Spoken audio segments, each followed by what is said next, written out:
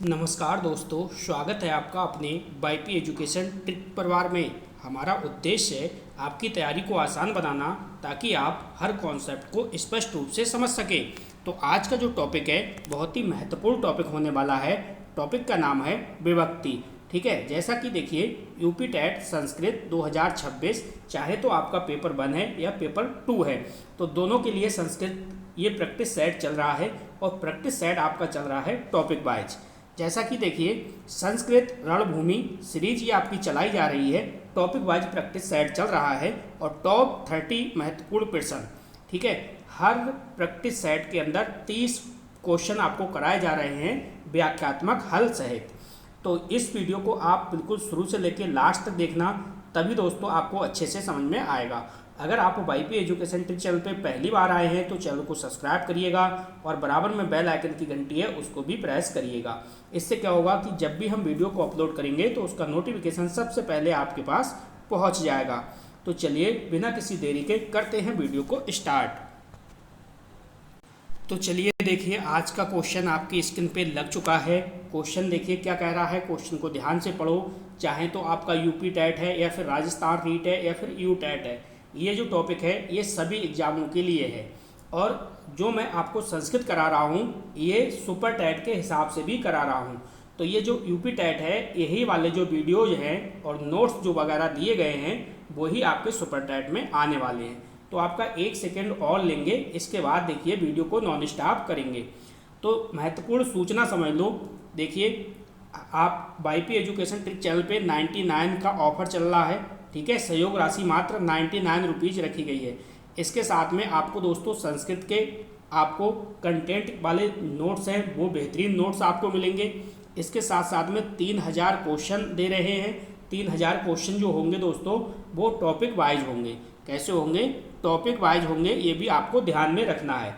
इसके साथ साथ में 2011 से लेके 2022 तक के प्रीवियस ईयर के पेपर भी आपको दिए जा रहे हैं और इसके साथ में आपको 30 मॉडल पेपर दिए जा रहे हैं। 30 जो मॉडल पेपर होंगे वो पूरे सिलेबस से तैयार किए गए हैं। इतना मटेरियल आपको मिल रहा है।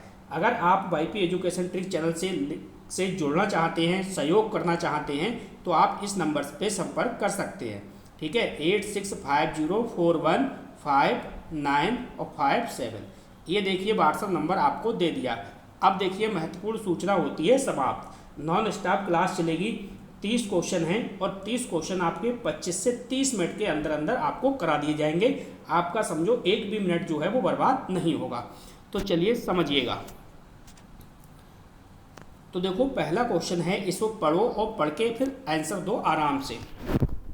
देखो यहाँ पे समझो रामाह विद्यालयम गच्छति। वाक्य में जो रामा है ये कौन सी विभक्ति है?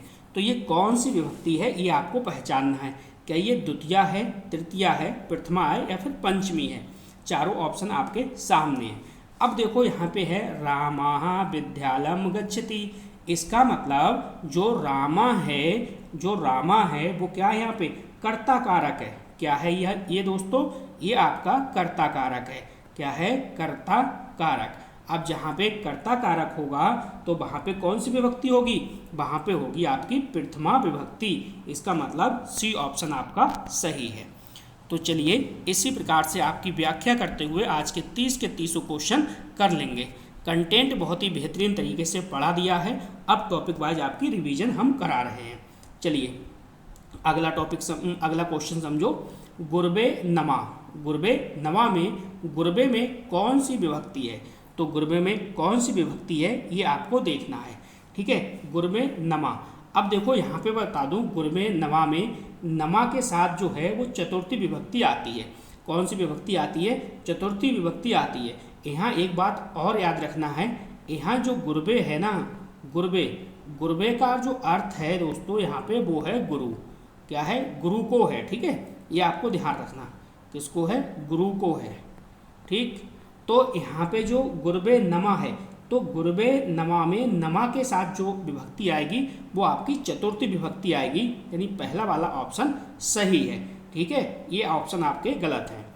चलो आगे की ओर बढ़ते हैं। अगला क्वेश्चन। समय बिल्कुल भी आपका 1-1 मिनट कीमती है, समय आपका बर्बाद नहीं करेंगे। 30 क्वेश्चन 30 मिनट के से पहले आपको करवा दिए जाएंगे। क्वेश्चन कह रहा है रामेण पत्रम लिखतम में रामेण में कौन सी विभक्ति है। तो रामेण में कौन सी विभक्ति है ये आपको बताना है। देखो रामेण पत्रम लिखतम में जो कार्य जो है वो राम द्वारा किया गया है। किसके द्वारा कार्य किया गया है दोस्तों? राम के द्वारा कार्य किया गया है। यानी सीधे सीधे कह सकते हो करण कारक में तृतीया विभक्ति का प्रयोग होता है। पंचमी नहीं है, सप्तमी नहीं है, षष्ठी नहीं है, यहाँ पे क्या है? तृतीय विभक्ति होगी। बी ऑप्शन आपका बिल्कुल सही जवाब है। अगला क्वेश्चन देखो। अगला क्वेश्चन आपसे ये कह रहा है आप ये बताओ सीता फलानी खादती में फलानी जो है ये जो है इसमें कौन सी विभक्ति है? क्या ये प्रथमा है, द्वितीया है, तृतीया है या फिर छठी विभक्ति है? बताइएगा कौन सी है। Question number 4। अब देखो यहाँ पे देखो ये आपका कर्ता है, ये आपका कर्म है और ये आपका क्रिया है। ठीक है, तो फलानी यहाँ पे क्या है? कर्म पद है। ठीक है, क्या है? कर्म पद है, क्योंकि खाने की जो क्रिया है वो फल पर हो रही है। खाने की जो क्रिया है वो फल पर हो रही है। तो कर्म कारक में द्वितीय विभक्ति होती है। कौन सी होती है? द्वितीय विभक्ति होती है। ठीक है, कर्म कारक में कौन सी होती है? कर्ता ने कर्म को, तो क्या होती है? द्वितीय विभक्ति। चलिए अगला क्वेश्चन। क्वेश्चन नंबर 5 आपकी स्क्रीन पर है। क्वेश्चन को पढ़ो और ध्यान से जवाब दो। देखो यहाँ पे लिखा है बनात बालका आगच्छति। तो में बनात जो है में कौन सी विभक्ति है? में कौन सी विभक्ति है? चतुर्थी है, तृतीया है, पंचमी है या फिर सप्तमी विभक्ति है? बताइएगा। अब देखो यहाँ पे मैं आपको समझा दूँ, जो ये बनात है इसका अर्थ है बन से। इसका अर्थ किससे है? इसका अर्थ जो है वो बन से है। ठीक है, बन से, यानी सीधे सीधे कह सकते हो अलग होने या स्रोत बताने के लिए कौन सी विभक्ति का प्रयोग होता है? तो आप कहोगे पंचमी विभक्ति का। ठीक है, पंचमी विभक्ति का, क्योंकि बनात बालका आगच्छति। ठीक है, तो यहाँ पे कौन सी विभक्ति है? यहाँ पे पंचमी विभक्ति का प्रयोग हुआ है।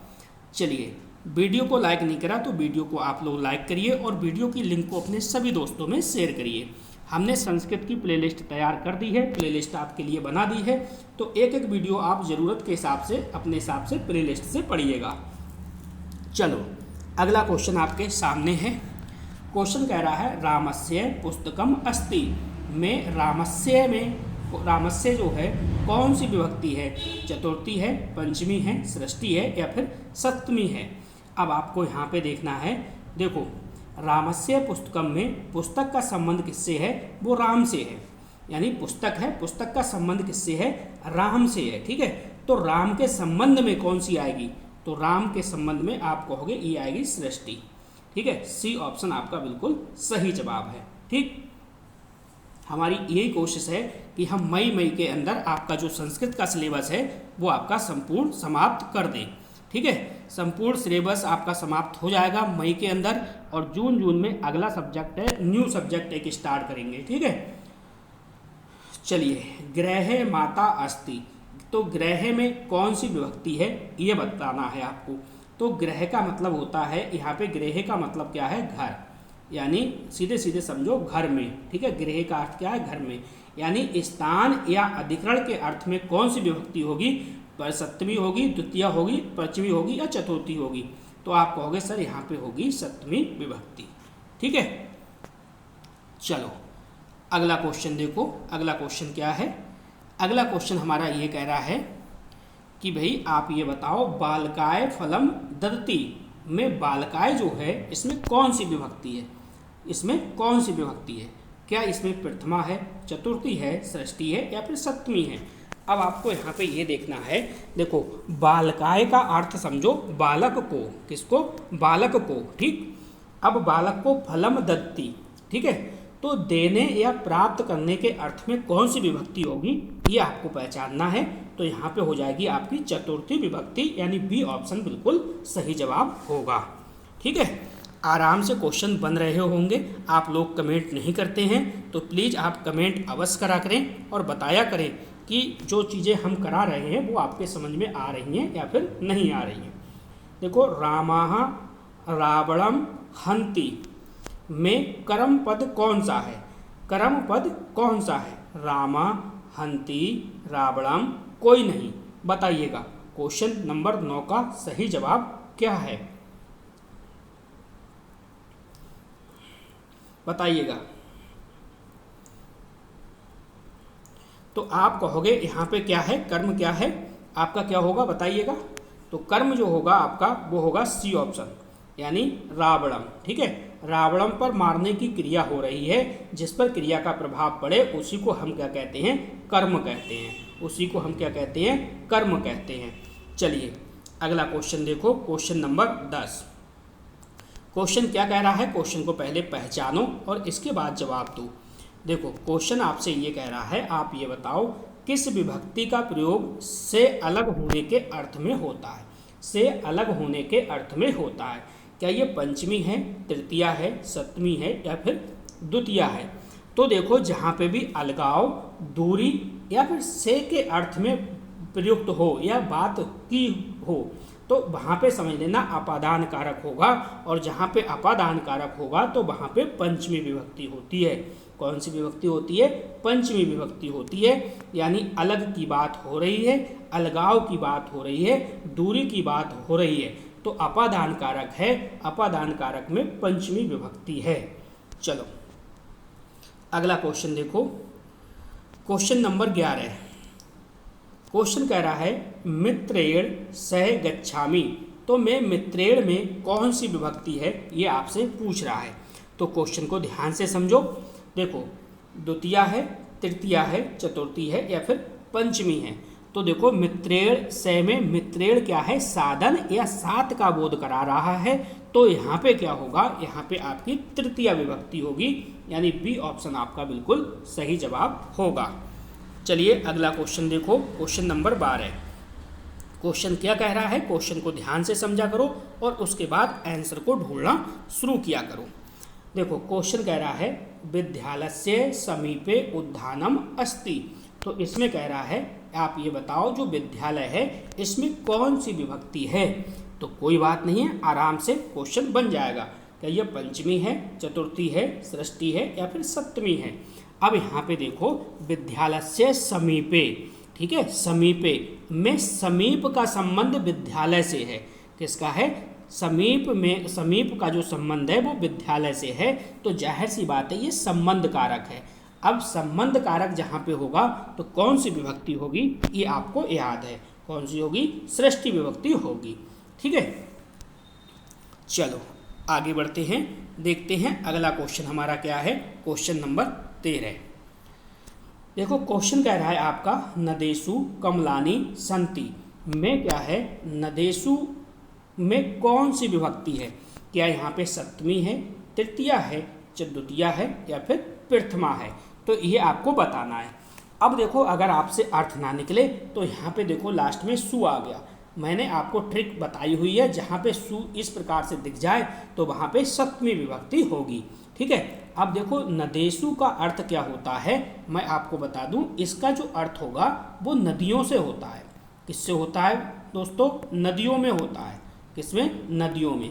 नदियों में होता है, इसका मतलब स्थान का बोध करा रहा है। जब ये स्थान का बोध करा रहा है तो यहाँ पे सप्तमी विभक्ति होगी।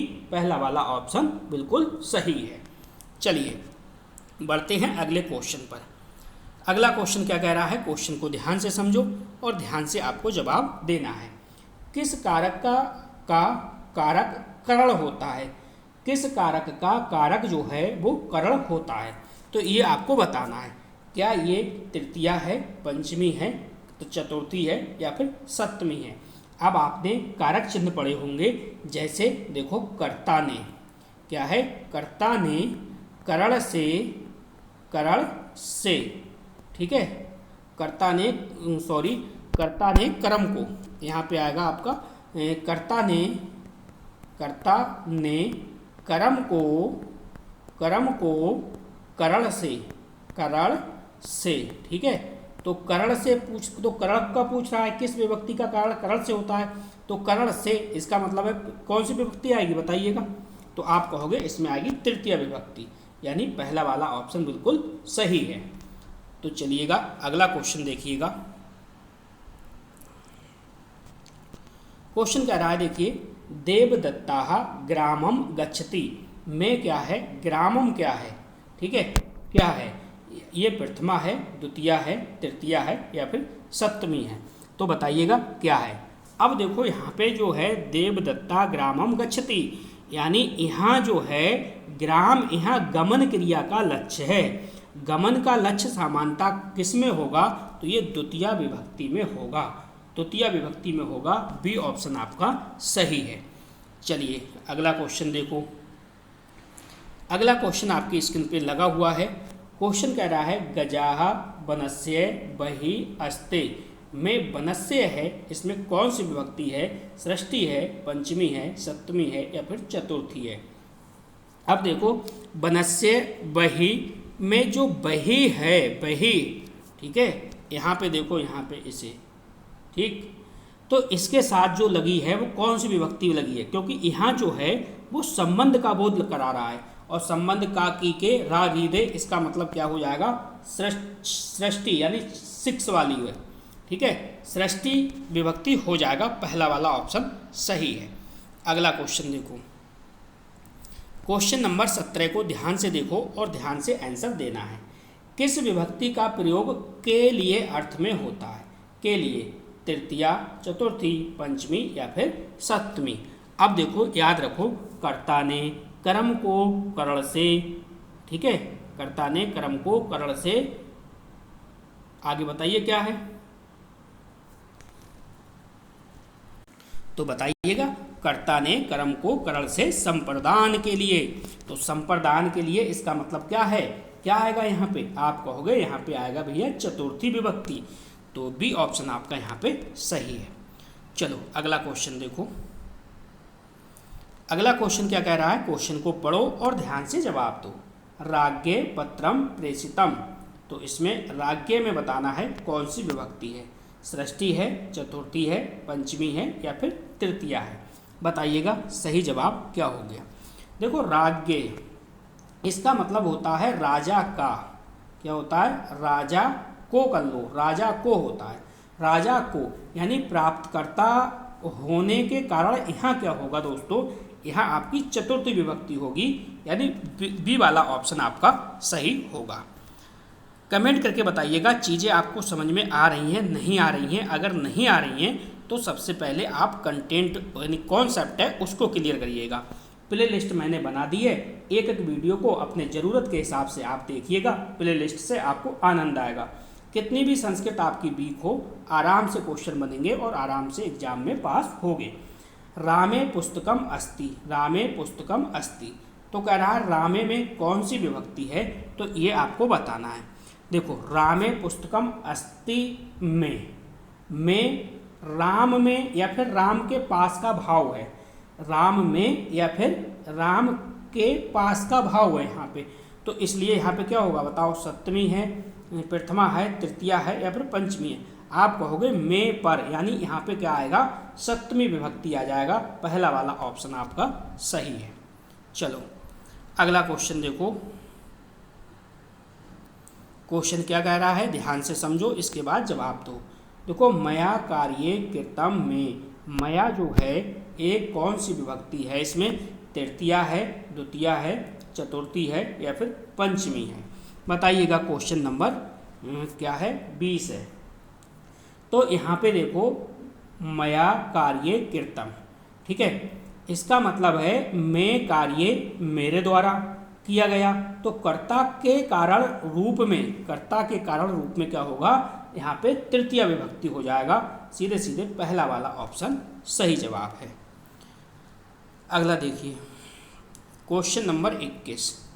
क्वेश्चन आपसे क्या कह रहा है, बालकाः गुरुम पश्यति में गुरुम जो है में कौन सी विभक्ति है, तृतीया, द्वितीया, प्रथमा या फिर पंचमी, बताइएगा।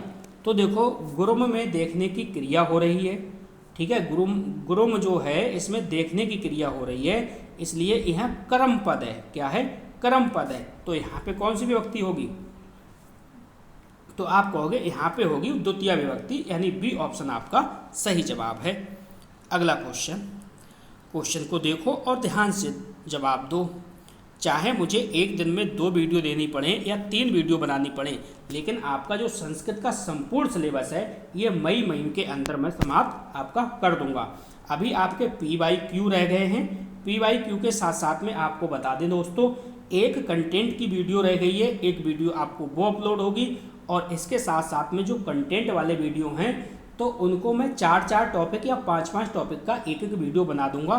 तो 4 से 5 वीडियो के अंदर आपकी संपूर्ण संस्कृत एक बार फिर से रिवाइज हो जाएगी, और टॉपिक वाइज तो मैं आपका मॉक टेस्ट ये करवा ही रहा हूँ। ठीक है, तो चलिए पढ़िएगा और सटीक जवाब दीजिएगा। वाक्य में देखिए रामात है, तो इसमें कौन सी विभक्ति है। ठीक है, अब देखो यहाँ पे क्या हो रहा है, रामात जो है श्रेष्ठा। ठीक है, श्रेष्ठा यानी कह सकते हो में तुलना की जा रही है, तो यहाँ पे क्या होगा, तृतीया, पंचमी, षष्ठी या फिर सप्तमी। देखो तुलना की जा रही है, तुलना का मतलब सीधे सीधे है अलगाव के अर्थ में, और जहाँ अलगाव की वाली स्थिति आएगी तो वहाँ पे कौन सी विभक्ति होगी, आप कहोगे पंचमी विभक्ति होगी। ठीक है, पंचमी विभक्ति हो जाएगी, कोई भी यहाँ प्रॉब्लम नहीं है। अगला क्वेश्चन देखो, क्वेश्चन नंबर 23।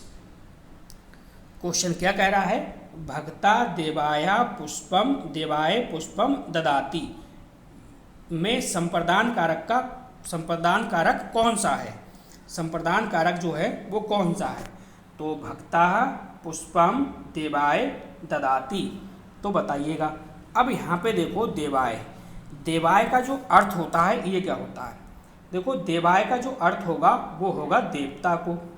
वो किसको होगा, देवता को है। ठीक है, देवता को जिसे कुछ दिया जाए वह क्या होता है, संप्रदान कारक होता है। तो यहाँ पे क्या हो जाएगा, देवाय आपका हो जाएगा सी ऑप्शन बिल्कुल सही जवाब होगा। अगला क्वेश्चन देखो, क्वेश्चन नंबर 24। क्वेश्चन को ध्यान से देखो और ध्यान से जवाब दो। किस विभक्ति का उपयोग अधिकरण कारक में किया जाता है। अधिकरण में किया जाता है, बताइए, सप्तमी, तृतीया, पंचमी या फिर चतुर्थी। तो देखो अधिकरण यानी में पर वाली बात आ गई, तो यहाँ पे दोस्तों सप्तमी विभक्ति का यूज होता है। ए ऑप्शन आपका बिल्कुल सही है, और ये सरल सा क्वेश्चन था। ठीक, चलिए अगला क्वेश्चन देखते हैं। वीडियो को लाइक नहीं करा तो वीडियो को लाइक करिए, और वीडियो की लिंक को सभी दोस्तों में शेयर भी कीजिएगा। देखिए सीधे सीधे आप पढ़ोगे वाक्य, और वाक्य के बाद देखोगे और किसका अर्थ पूछ रहा है, किसकी विभक्ति पूछ रहा है, और जवाब देना है। पंचमी विभक्ति, सप्तमी विभक्ति, षष्ठी विभक्ति और तृतीया विभक्ति। तो बताइएगा इसका सही जवाब क्या होगा। देखो पुत्रा, ठीक है, पितु वचनम श्रोणति में जो पिता है ना, सीधे सीधे पिता को समझो, सीधे सीधे तो इसमें क्या संबंध है बताओ। सीधे सीधे पिता से संबंध बताया गया है। ठीक है, अब जहाँ संबंध बताया गया है तो जाहिर सी बात है, यहाँ पे देखिए संबंध जैसे का की के में पर, तो यहाँ पे क्या आएगा, का की के रा री रा। ठीक है, में पर नहीं, का की के रा री रा। तो यहाँ पे जो आएगा आपकी वो आएगी, देखिए यहाँ पे सृष्टि वाली। सी ऑप्शन बिल्कुल सही होगा, क्योंकि संबंध यहाँ पे दिख रहा है। चलो अगला क्वेश्चन देखो, इस क्वेश्चन को देखो और बताओ बालकों में कौन सा वचन है। ठीक है, क्या एक वचन है, द्विवचन है, बहुवचन है, इनमें से कोई नहीं, बताइएगा। अब आप कहोगे सर आपने ट्रिक बताई थी, ये देखिए जहाँ पे भी 2 मात्रा होंगी तो वहाँ पे कौन सा वचन होगा। आप कहोगे जहाँ पे 2 मात्रा होंगी, 2 व्यक्तियों का बोध होगा, तो वहाँ पे क्या होगा, 2 वचन होगा। बी वाला ऑप्शन बिल्कुल सही है। ठीक है, अगला क्वेश्चन चलिए, क्वेश्चन नंबर 27 क्या कह रहा है। क्वेश्चन को पढ़ो और जवाब दो। ठीक है, देखो वृक्ष पक्षड़ा उपविशन्ति में वृक्षे में कौन सी विभक्ति है, तो ये पूछ रहा है। क्या यहाँ पे पंचमी है, चतुर्थी है, सप्तमी है या फिर द्वितीया है, बताओ कौन सी यहाँ पे विभक्ति है। तो वृक्षे का अर्थ होता है वृक्ष पर। वृक्षे का अर्थ क्या है यहाँ पे मैं आपको बता दूं, वृक्ष पर। ठीक है, या कह सकते हो में है, तो स्थान का बोध जहाँ पे होगा तो वहाँ पे क्या होगी, आपकी सप्तमी विभक्ति होगी। सी ऑप्शन बिल्कुल सही है। तो क्वेश्चन 27 आपने पढ़ लिए। वीडियो को लाइक नहीं करा, वीडियो को लाइक कर दीजिए और वीडियो की लिंक को अपने सभी दोस्तों में शेयर भी कर दीजिएगा। मैंने आपसे कहा है, वादा किया है, मई के अंदर संस्कृत का संपूर्ण कोर्स समाप्त हो जाएगा तो हो जाएगा। जून में नया सब्जेक्ट चलेगा तो बिल्कुल चलेगा। कमेंट करके बताइएगा अब कौन सा सब्जेक्ट यूपी टेट का स्टार्ट करें। जननी पुत्राया भोजनम पचती, तो में पुत्राया कौन सा कारक है? करण कारक, अधिकरण, संप्रदान या फिर अपादान? बताइएगा सही जवाब क्या है। पुत्राय का अर्थ होता है पुत्र के लिए। पुत्राय का क्या होता है अर्थ? पुत्र के लिए। अब जब के लिए है तो यहाँ पे क्या है? संप्रदान कारक है। क्या है? संप्रदान कारक होगा। सी ऑप्शन आपका सही है। अगला क्वेश्चन देखो, क्वेश्चन नंबर 29 क्या कह रहा है। क्वेश्चन नंबर 29 को पढ़ो और आप जवाब दो। मैंने कहा था मैं 30 क्वेश्चन पूरे आपसे 25 से 30 मिनट के अंदर अंदर करा दूंगा। आपका एक भी मिनट बर्बाद नहीं होगा तो नहीं होगा। देखो क्या कह रहा है, गुरुओ आश्रमा पवित्रा अस्ति में गुरुओ कौन सी विभक्ति है? तृतीया, षष्ठी, सप्तमी या फिर पंचमी? तो आपको ये देखना है, गुरुहो आश्रमा में आश्रम का संबंध जो है वो यहाँ पे गुरु से है। तो संबंध बताने के लिए कौन सी विभक्ति होगी? आप कहोगे सृष्टि विभक्ति होगी। बी ऑप्शन आपका बिल्कुल सही जवाब होगा। चलिए अगला क्वेश्चन देखिए। क्वेश्चन नंबर 30 क्या कह रहा है? क्वेश्चन नंबर 30 कह रहा है, नराहा हस्तेन लिखती में, हस्तेन में बताइए कौन सी विभक्ति है? क्या तृतीया है, चतुर्थी है, द्वितीया है या फिर सप्तमी है? तो देखो हस्तेन लिखती में क्या है? हाथ साधन है, यानी साधन या माध्य के लिए क्या आती है? तृतीया विभक्ति आती है। क्या आती है? तृतीया विभक्ति आती है। तो दोस्तों विभक्ति वाला जो टॉपिक है वो आपका आज क्लियर हो गया। 30 क्वेश्चन हमने करा दिए। कमेंट करके पूर्ण ईमानदारी से बताइएगा आज का जो वीडियो रहा वो कैसा रहा, समझ में आया या नहीं आया। तो बस इस वीडियो में इतना ही था। वीडियो देखने के लिए आपका बहुत बहुत धन्यवाद। मिलते हैं नेक्स्ट वीडियो में। Thank you.